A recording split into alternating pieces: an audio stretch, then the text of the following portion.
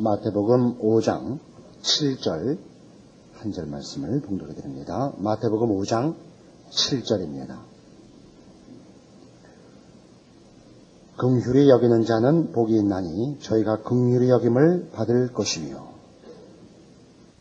오늘 이 마태복음 5장 7절에서 보는 긍휼히 여긴다는 것은 우월한 차원에서 가지는 보다 열등한 자에 대한 동정심을 말하는 것은 아닙니다.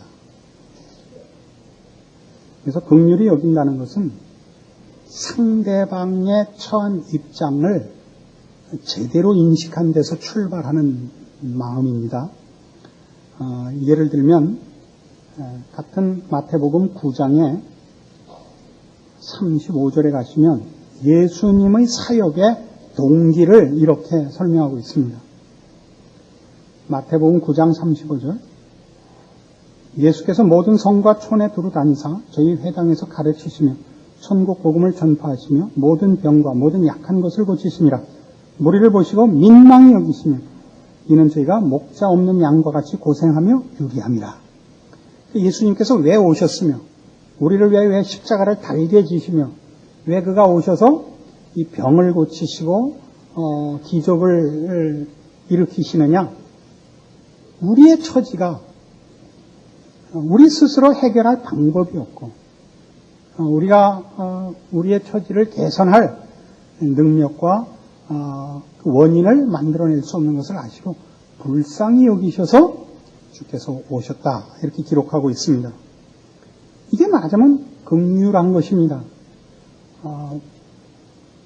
우리가 지금 처한 입장, 우리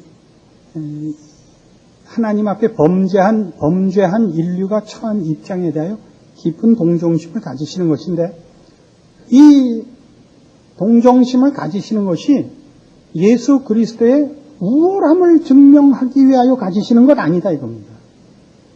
우리가 처한 처지, 절망의 상태에 대한 깊은 동정심이고 자비한 마음을 가지시되, 그렇게 함으로써 예수님이 상대적으로 얼마나 우월한 자리에 있는가를 증명하자는 것은 아닙니다. 그리고 이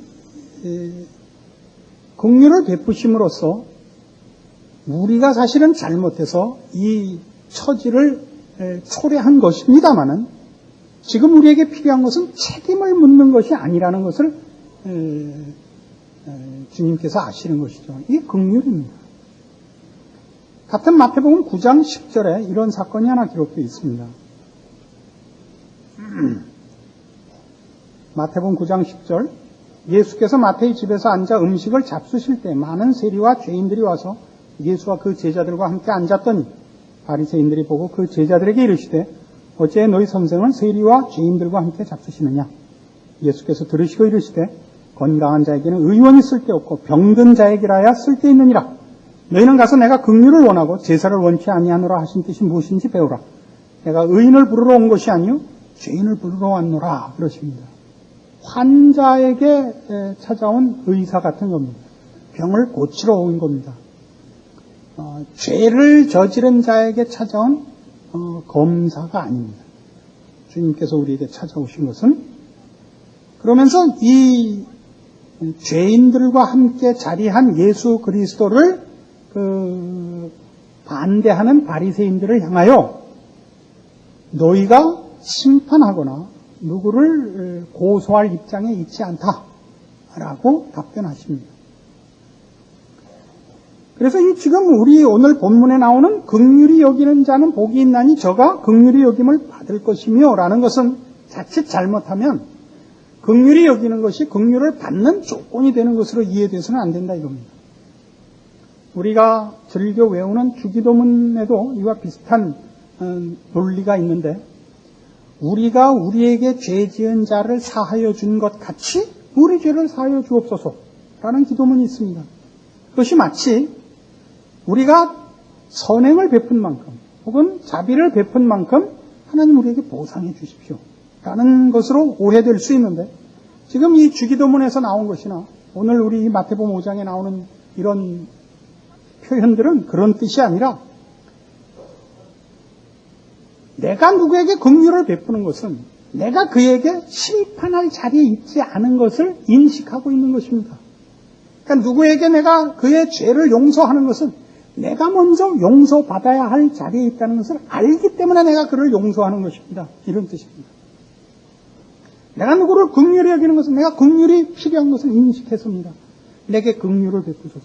내가 먼저 긍휼을 입어야 합니다. 내가 저자에게 긍휼을 베푸는 것이지 내가 저자에게 줄 것이 있고 저자보다 내가 우월해서 동정하는 것이 아닙니다. 이런 표현이다 말입니다. 그런데 바로 이 긍휼을 베푸는 것이 우리 구원을 얻은 하나님의 백성된 자의 중요한 상태란 말입니다.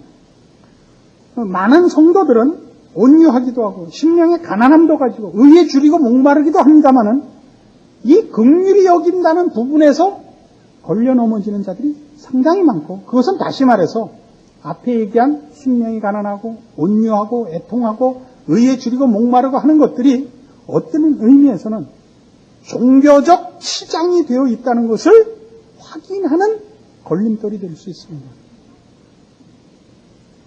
우리는 긍휼히 여김을 받아야 한다는 것과 남을 긍휼히 여겨야 하는 입장에 있다는 것이 무엇인지 신자의 입장에서도 너무나 자주 틀리기 때문입니다.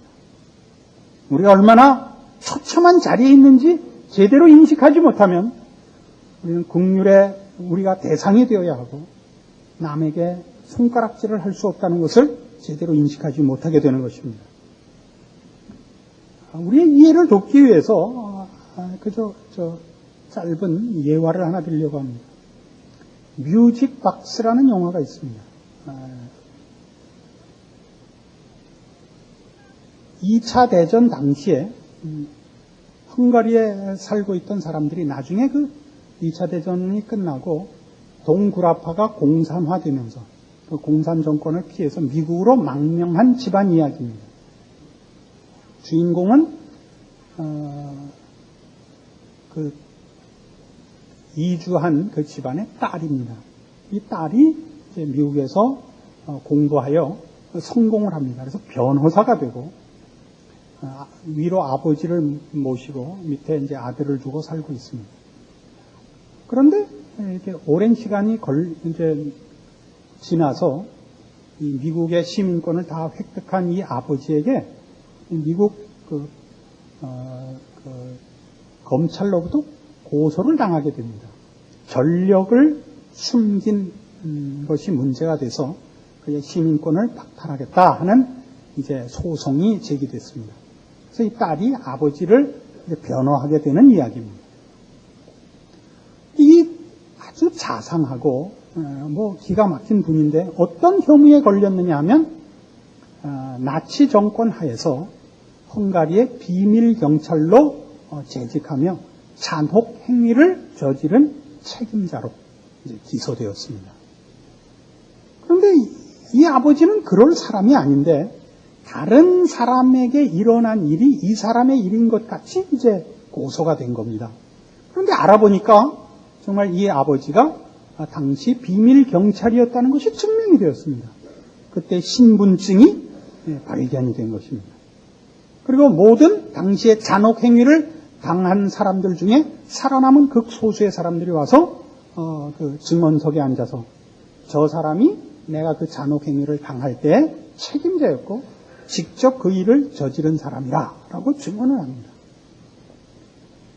근데 이 아버지는 실상은 당시 그 나치 정권 하에서의 잔혹 행위를 보다 못해서 스스로 자원하여 그 비밀 경찰 조직의 서기직을 자기가 자원해서 가서 앉아서 그 잔혹 행위를 할 수 있는 한 막은 사람인데 거꾸로 이 사람이 다 한 것을 이제 뒤집어 쓰게 된 것입니다. 이제 증인들이 나와서 그 잔혹 행위를 이제 열거합니다. 예를 들면 그 유태인들을 어떻게 잔혹하게 죽였는가,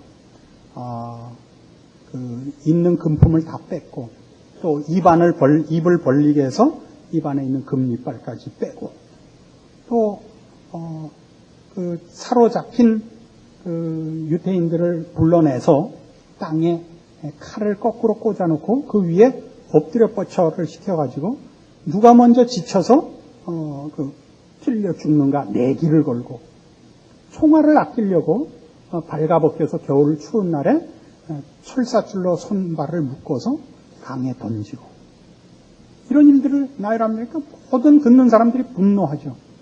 그 검사 측에서 그 비밀경찰 신분증에 나온 사진을 보이고 이 사람이 그 사람이 맞는가? 맞다.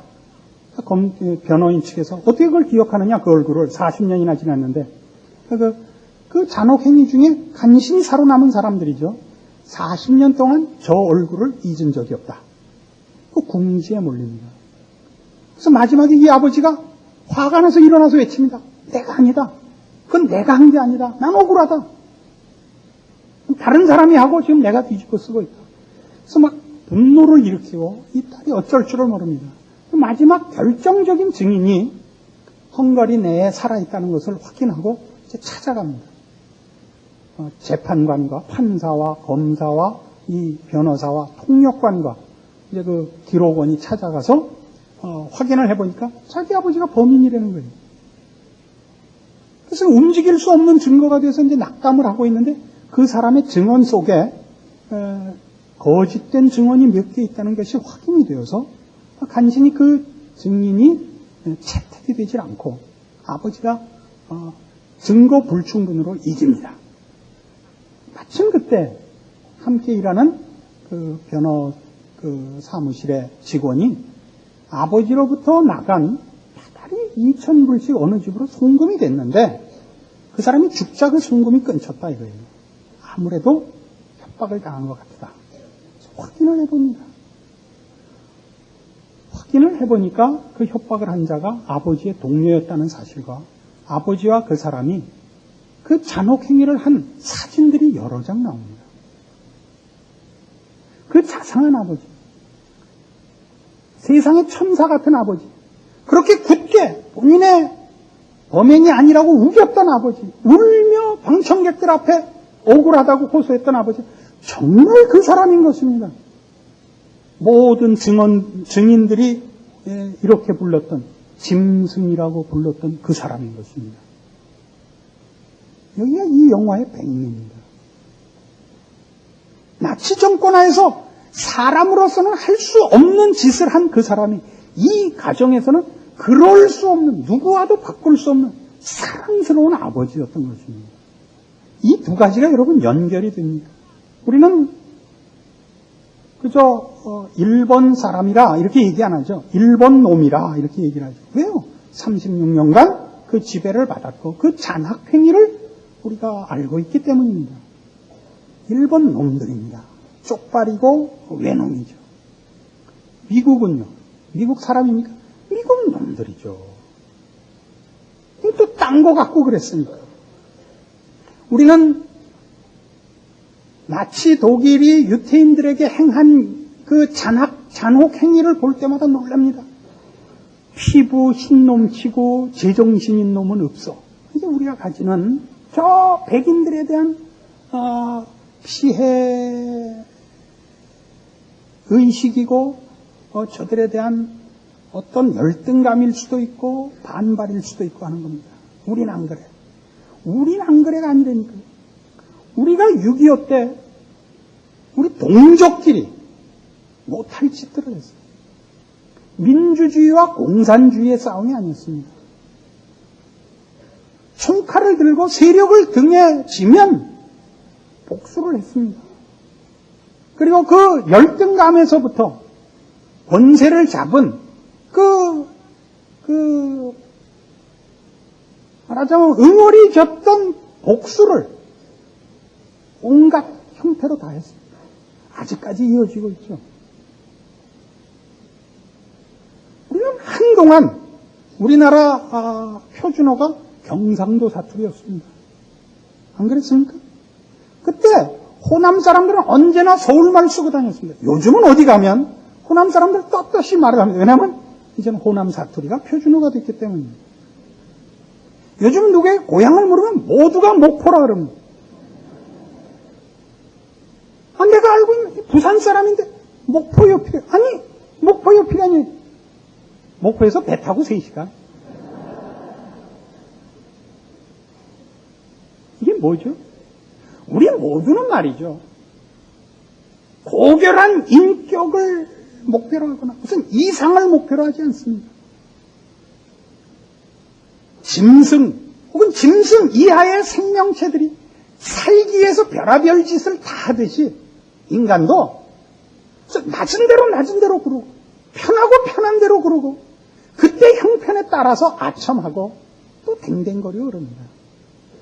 자기 편에게는 그럴 수 없는 사람이고 그 반대편은 또 그럴 수 없는 짐승인 것입니다. 우리가 하나도 낫지 않습니다. 일본 사람들은요, 왜 지금도 뭐 중국하고의 관계에서 과거사를 인정하지 않아서 불편하고 우리나라하고의 관계도 늘 과거사를 인정하지 않죠. 왜 인정하지 않냐면 옛날에 저 영국이나 프랑스가 해먹은 것에 비하면 조금 해먹었거든요. 영국이나 프랑스는 과거사를 회개하지 않았어요. 잘못했다는 세상 역사, 우리 인류 역사 중에 제일 악질적으로 놓은 게 영국이죠. 영국 놈보다 악질이 어디 있어요? 그럼 우린 악질 노릇을 할 힘이 없어서 조금밖에 못했습니다. 일본은 그러죠. 우리가 악질짓한 건 100억이고 너희들이 악질짓한 건 100조인데 너희 쟤네 보고는 가만히 있고 우리 보고만 잘못했다 그러라 그래 이거잖아요. 우린 일본 놈이고 그래서 또 뭐 미국 놈은 좀 난 거고 영국 놈은 지랄하고 자꾸 다 땅이고 다 짐승이란 말이죠. 어디 태어났냐예요. 그때 세력을 누가 얻고 있느냐예요. 그는 강자고 그때 피해를 받으면 약자고 아닙니다. 우린 다 짐승입니다. 나라를 들먹이고 이러니까 실감이 안 나죠. 개인으로 돌아올까요? 여러분 누구를 만나보세요. 제가 아는 집에서는 이렇게 얘기를 하대요. 그 어머니 되시니까 딸 보고 이렇게 얘기를 한대요. 너 경상도 사람한테만은 시집가지 마요. 왜 그래요? 경상도 사람하고 평생 살아봤걸랑요. 짐승이다 이거죠. 제 아내는 뭐라 그래요? 박씨한테만은 시집가지 말아요. 이거 어느 집에나 하는 얘기예요. 어느 집에서 여러분 이렇게 말하는 부인을 봤어요? 난 정씨랑 살았더니 최고다. 얘야 넌 정씨한테 시집가. 그런 어머니 봤어요? 아니요. 지가 산 남편 성신 다 징그러운 거예요. 저는 그래요. 장씨한테만은 가지 마세요. 난 이건 정말 여러분에게 가르치고 싶어요. 이게 어느 집이나 그렇단 말이에요. 어느 집이나 지가 산 상대방은 짐승이에요. 안 그래요? 어느 성씨, 어떤 사람이 괜찮은 사람이 있어서 자기 자식에게 유언으로 넌 다시 네가 시집을 가든가 네가 장가를 가든가 네가 사업을 하든가 뭘 하면 넌 어떤 성씨하고 해라. 이렇게 물려주는 사람을 봤어요? 아니죠. 경계해야 될 성씨. 우리나라에 있는 성씨는 다 못 쓰게 된 거예요. 국제 결혼을 하는 수밖에 없어요. 무슨 클린턴이나 포드나 일로 가야 되게 생겼어요. 여러분 자식 중에 마음에 든 자식 있어요? 저거 내가 난 게 맞아? 딱 이거죠. 여러분 자식에게 물어보세요. 마음에 드는 부모 있나? 우리는 부모로서도 합격점을 못 받고 자식으로도 합격점을 못 받고 부부의 상대방으로도 합격점을 받을 수가 없는 겁니다. 여러분 자식 때문에 넋을 잃고 울어봤죠? 어떻게 하나? 방법이 없는 이 짐승이 내 새끼란 말입니다. 아까 본 영화는 뭐였다고요? 이 아버지가 정말 내 아버지란 말입니다. 여러분 부부 사이에 그런 정말 말할 수 없는 절망의 상태에 빠져본 적이 없어요? 여러분 부부가 되어서 이 사람이랑 살아서 너무 기뻤다도 있을 거예요. 그 기뻤다는 10점짜리, 이거 100점짜리겠죠. 이 사람하고 내가 살았단 말인가는 어디까지 내려가 봤어요? 마이너스 무한대까지 안 내려가 봤어요? 우리 그래서 다 어떻게 살아요? 누가 뭐라 그러면 답이 뭐예요? 그렇게 사는 거야. 넘어가. 답이 없거든요. 우리나라에 말이죠. 이런 게 들어온 적이 있어요. 기독교 신앙과 연루돼가지고. 믿는 가정, 가정에 대한 무슨 신앙으로 행복한 가정 만들기예요. 가정 세미나, 가정 상담, 부부 상담. 뭐 매일 서로를 보고 사랑한다는 말을 10번 한다. 매일 서로에게 편지를 씁니다. 미국에서 온 거예요. 그놈들이 제일 많이 헤어진다니까요. 매일 만나면 뽀뽀를 해요. 만나면 I love you를 안 하면 그거 안 하는 날은 헤어지는 거예요. 그게 해결책이 아니에요. 상대방이 좋아하는 것을 한다. 매일 꽃을 산다. 매일 돈을 준다. 그리고 그거 끝나면 끝이라니까요. 얼마나 잔인하고 냉정한지 몰라요. 사랑한다 그러면 마음이 변하는 줄 아세요? 안 변해요. 사람이란 그만하지 않아요. 개만도 못해요. 개는 최소한 먹을 거 주는 사람은 안 물어요. 사람은 돈 벌어다 줘도 물어요.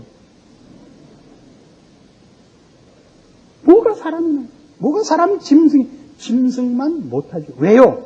타락했기 때문에, 썩었기 때문이라. 그 깊은 본질을 이해하라고요. 어쩌면 그럴 수 있어라는 말을 하지 말라니까요. 그럴 수 있어요.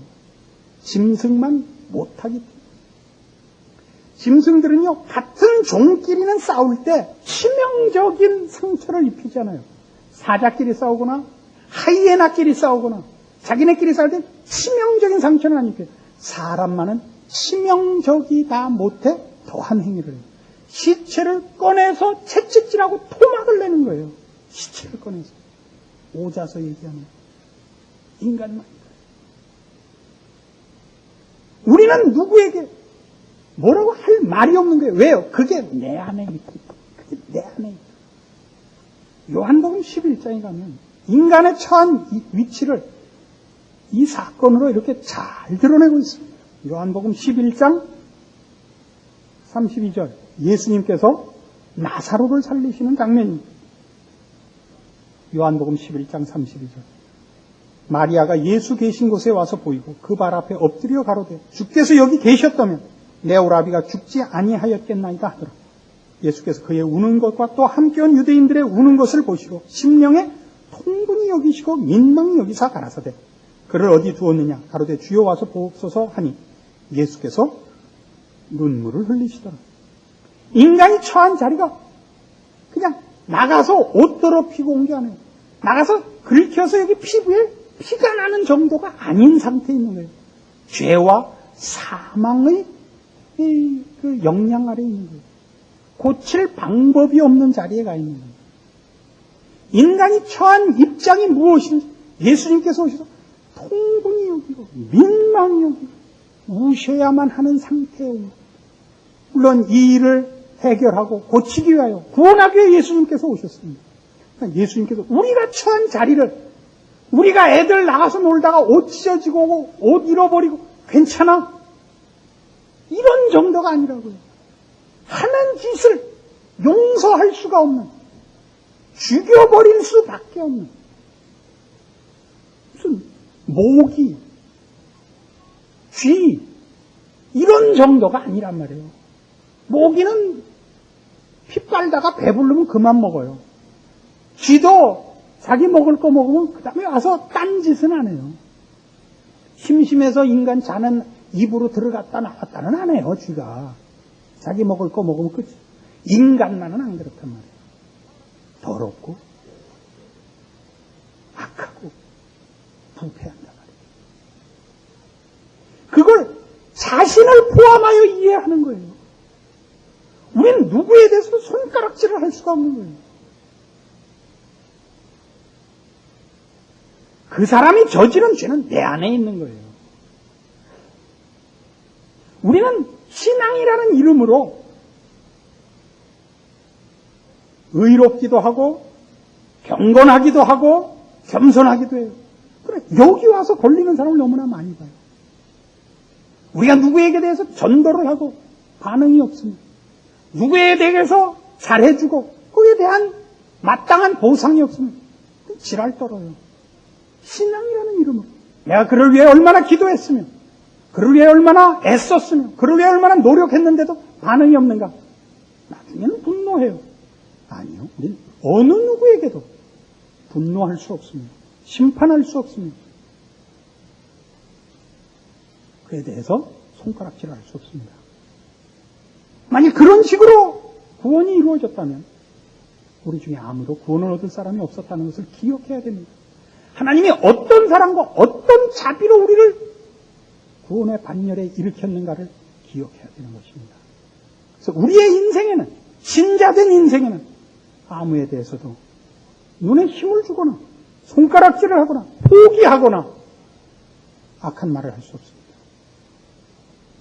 그가 못되게 구는, 그가 나에게 거슬리는 모든 것이 우리 모두가 함께 가졌던 것임을 기억해야 하고, 그걸 꿰뚫고 찾아오신 하나님의 사랑과 긍휼을 그때마다 확인해야 됩니다. 긍휼히 여기십시오.